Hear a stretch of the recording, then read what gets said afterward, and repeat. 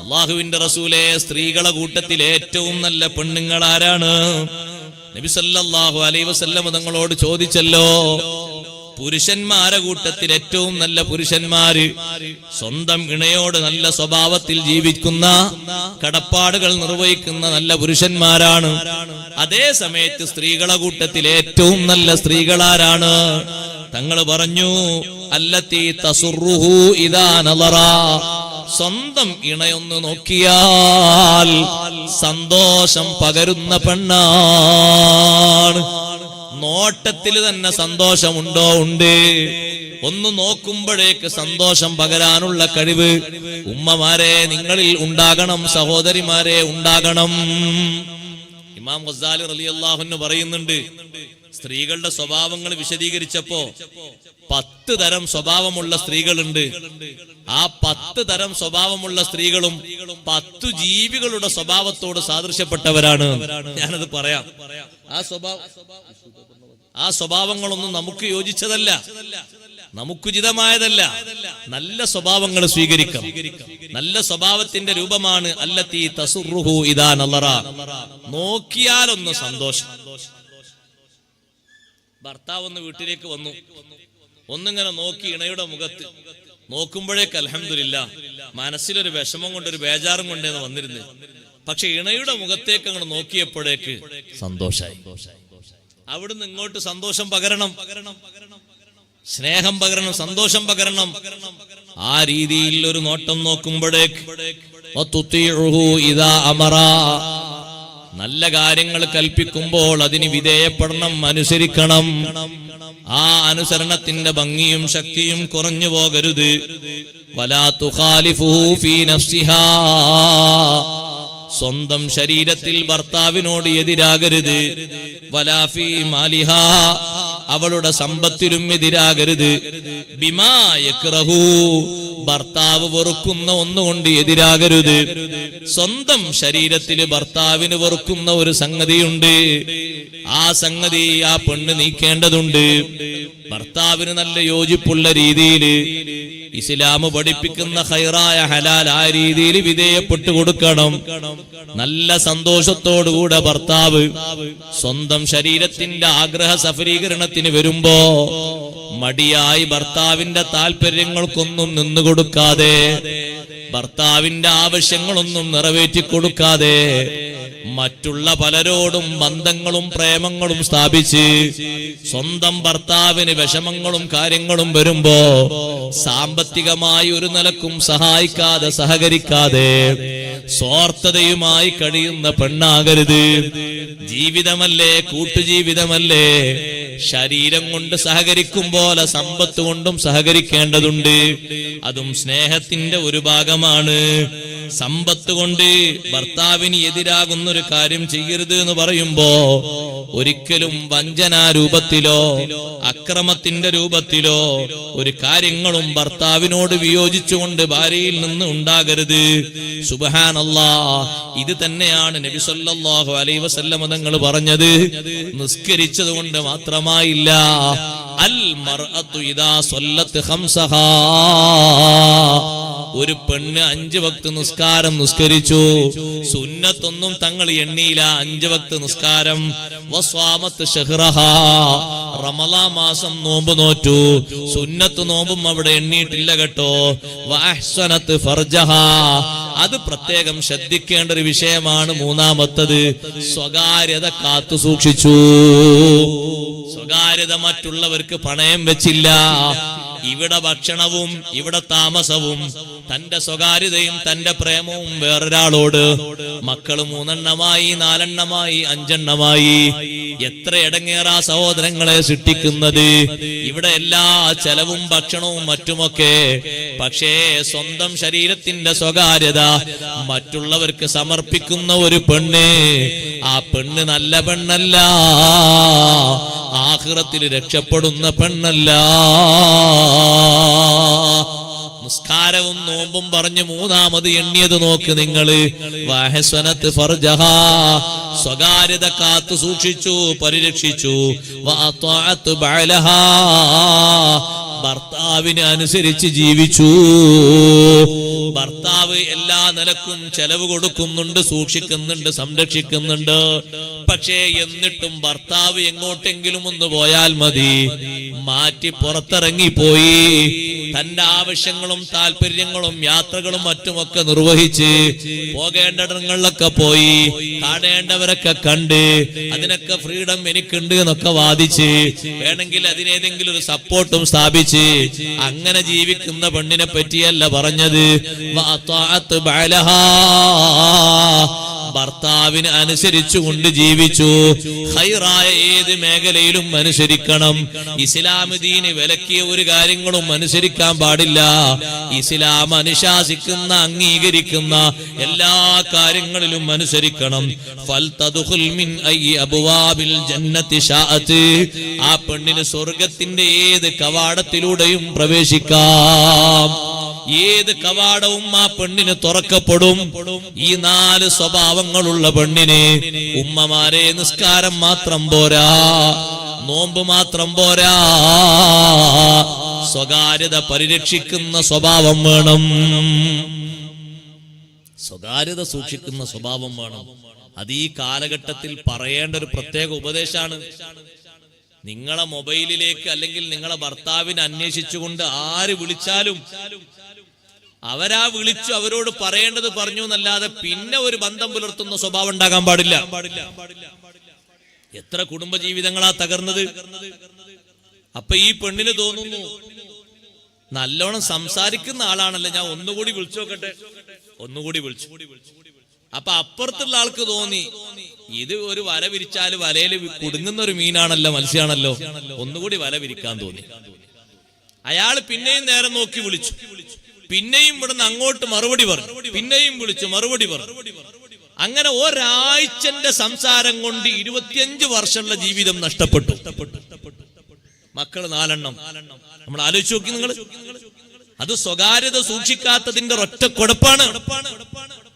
4 മക്കളെയും വഴിയാധാരമാക്കിയിട്ട് പെണ്ണിറങ്ങി. അപ്പുറത്താ ഭർത്താവിന് 5 മക്കൾ, വിവാഹപ്രായമെത്തിയ 2 മക്കളും പഠിച്ചുകൊണ്ടിരിക്കുന്ന 3 കുട്ടികളും അവരെ വഴിയാധാരമാക്കിയിട്ട് ആ ഭർത്താവ് ഇറങ്ങി. ലാസ്റ്റ് എന്താ ജീവിതത്തിന്റെ ഗതി ഉണ്ടായത്? പിന്നെ അവർ പൊരുത്തക്കേടിലായിട്ട് രണ്ട് ഭാഗത്തായി തൂങ്ങി. അല്ലാഹു തആല കൊടുത്തൊരു ശിക്ഷ നോക്ക് നിങ്ങൾ. ഹലാലായ നിലക്ക് സന്തോഷമുള്ള ജീവിതം കൊടുത്തിട്ട് സ്വകാര്യത പരിരക്ഷിക്കാനുള്ള കഴിവ് വേണം സഹോദരിമാരെ. അതാർക്കും പരിചയപ്പെടുത്തരുത്, ആർക്കും പണയപ്പെടുത്തരുത്. സ്വന്തം ഇണക്ക് വേണ്ടി അല്ലാഹു തആല ഹലാലാക്കിയ എന്തെല്ലാം സൗകുമാര്യതകൾ നിങ്ങളിൽ അല്ലാഹു തആല തന്നിട്ടുണ്ടോ, മറ്റൊരാളെ മുന്നിൽ അത് പരിചയപ്പെടുത്തരുത്, പണയപ്പെടുത്തരുത്. വശ്യമായ സംസാരം, സ്നേഹപരമായ സംസാരം, കൊഞ്ചിക്കുഴയുന്ന സംസാരം, അതിനല്ലാഹു നിങ്ങൾക്ക് ആളെ തന്നിട്ടുണ്ട്. അതാണ് നിങ്ങളെ ഇണ. വേണ്ടുവോളം നിങ്ങൾക്ക് സംസാരിക്കാം. ആ സംസാരം മറ്റുള്ളവർക്ക് പകർന്നു കൊടുക്കുമ്പോ അവരെ ശരീരത്തിലുള്ള പിശാച് മൂർച്ച കൂട്ടുന്നു. അവരുടെ കൂടെ ജീവിക്കുന്ന ഇണയെ കൈയഴിച്ചുകൊണ്ട് ഇപ്പുറവും അപ്പുറവും ബന്ധിപ്പിക്കുന്നു. പാടില്ല സഹോദരങ്ങളെ. അനുസരണം ഒരു പ്രധാനപ്പെട്ട സംഗതിയാണ്. ഭർത്താവിനെ അനുസരിക്കുന്നത് കൊണ്ട് ഭാര്യ സ്വർഗത്തിലെത്തുന്നല്ലേ നബി സല്ലല്ലാഹു അലൈഹി വസല്ലം പറഞ്ഞത്. ആ അനുസരണം കൊണ്ട് ഭാര്യക്ക് മാത്രമല്ല, ഭാര്യയുടെ ഉപ്പക്കും ഉമ്മക്കും വരെ അല്ലാഹു സ്വർഗം കൊടുക്കുന്നു. നബി സല്ലല്ലാഹു അലൈഹി വസല്ലം നിങ്ങളെ കാലത്തൊക്കെയുള്ള അനുസരണം നോക്ക് നിങ്ങൾ. ഇന്ന് പലതിന്റെയും പേര് പറഞ്ഞിട്ട് ചിലപ്പോഴൊക്കെ ഭർത്താക്കന്മാര് ജോലി മതിയാക്കിയിട്ട് ക്ഷീണം കൊണ്ട് ഉച്ചക്ക് വീട്ടിൽ വന്നു നോക്കുമ്പോ ഉച്ചക്ക് ആളെ കാണുന്നില്ല. കാരണം ഫോൺ വിളിച്ചിട്ടൊന്നുമില്ല, വരുന്ന വിവരമൊന്നും കിട്ടിയിട്ടില്ല. ഭർത്താവ് സാധാരണ 5:30-6 മണിക്കാ എത്താറുള്ളത്. അത് കണ്ട് ഇറങ്ങിയതാണ്. എങ്ങോട്ട്? അവിടെ ഒരു ഫെസ്റ്റിവല് നടക്കുന്നുണ്ട്, തേങ്ങാ പുണ്ണാക്ക് ഫെസ്റ്റിവല്. കാണുന്ന പോസ്റ്റർ ഒട്ടിച്ച മുഴുവൻ ആഘോഷങ്ങൾക്ക് ഇറങ്ങാൻ. എന്നിട്ട് അവിടെ കാണുന്ന ആളുകളോടൊക്കെ കിന്നരിക്കുകയാണ്. പിന്നെ എന്ത് കൂട്ടുജീവിത, എന്ത് സ്നേഹജീവിതാണ്, എന്ത് സന്തോഷമുള്ള ഇസ്ലാമിക ജീവിത സഹോദരങ്ങളെ. തിരിച്ചു വന്നു നോക്കി ഇയാൾ എന്തെങ്കിലുമൊക്കെ ഒന്ന് ഭക്ഷണം കഴിക്കാൻ വേണ്ടി വീട്ടിലെത്തി നോക്കുമ്പോ വീട്ടിൽ ആരുമില്ല. വിളിച്ചു നോക്കുമ്പോ താക്കോൽ അവിടെ ഉണ്ട്. ഞാൻ അർജന്റായിട്ടൊരു സംഗതിക്ക് പുറത്തിറങ്ങി പോകുന്നതാണ്. എവിടെയുള്ളത്? ഞാൻ ഇന്ന സ്ഥലത്തുണ്ട്. അർജന്റ് എന്താ അറിയാൻ വേണ്ടിയിട്ട് ഭർത്താവ് ഒന്ന് ഭക്ഷണം കഴിച്ചിട്ട് വാഹനം എടുത്ത് പോയി നോക്കുമ്പോ ഭർത്താവ് കാണുന്ന കാഴ്ച എന്താ പറയുക? നിങ്ങൾ ഫെസ്റ്റിവലിന് പോയോർത്തുനിന്ന് ഒരു കസേര അപ്പുറത്തും ഇപ്പുറത്തിട്ട് ഒരാളോട് അങ്ങനെ കിന്നരിക്കാണ്. അപ്പൊ അപ്പുറത്തുള്ള ആള് മൊബൈലിലൂടെ ഇപ്പുറത്തേക്കും ഇപ്പുറത്തുള്ള ആൾ അപ്പുറത്തേക്കൊക്കെ എല്ലാ കണക്റ്റും ചെയ്ത് സംഗതി നടന്ന് പൂർത്തിയായിട്ടുണ്ട്. പിന്നെ കുറഞ്ഞ കാലേ ആ ഭർത്താവിന്റെ കൂടെ ആ ഭാര്യ ജീവിക്കുന്നുള്ളൂ. ഇത്രയും കാല ജീവിതത്തിന് കൊടുത്ത നന്ദികേടാണത്. പുറത്തിറങ്ങേണ്ട ഒരാവശ്യമില്ല. അത്യാവശ്യങ്ങൾക്ക് പുറത്തിറങ്ങണം. അത് ഇസ്ലാം അനുവദിച്ചിട്ടുണ്ട്. അതിനെന്തെല്ലാം മാർഗങ്ങളുണ്ട്. ആ മാർഗങ്ങളിലേക്കൊന്നല്ല ഇപ്പൊ പുറത്തിറങ്ങുന്നത്. അനുസരണക്കേടിന്റെ പര്യായങ്ങളായി മാറരുത് സഹോദരിമാരെ, ദയവ് ചെയ്ത്. നമ്മുടെ തലമുറയായി വളർന്നു വരുന്ന മക്കളില്ലേ, അവരെ കൊണ്ട് ദുനിയാവിലും ആഖിറത്തിലും നമുക്കൊരു സുഖവും ലഭിക്കൂല. നല്ല നിലക്ക് നമ്മൾ അവർക്ക് ജീവിതം മാതൃകയാക്കി കൊടുത്തെങ്കിലേ അവരെ കൊണ്ട് നമുക്ക് ദുനിയാവിലും ആഖിറത്തിലും ഖൈറ് ലഭിക്കൂ. ഭക്ഷണം കൊടുത്തു എന്നുള്ളത് കൊണ്ട് മാത്രം മക്കൾ അനുസരിച്ച് നന്നാകും എന്ന് കരുതരുത്. നിങ്ങൾ അവർക്ക് വിദ്യാഭ്യാസം കൊടുത്തു എന്ന് മാത്രം കൊണ്ട് അവരനുസരിച്ച് നന്നാകുമെന്ന് കരുതരുത്.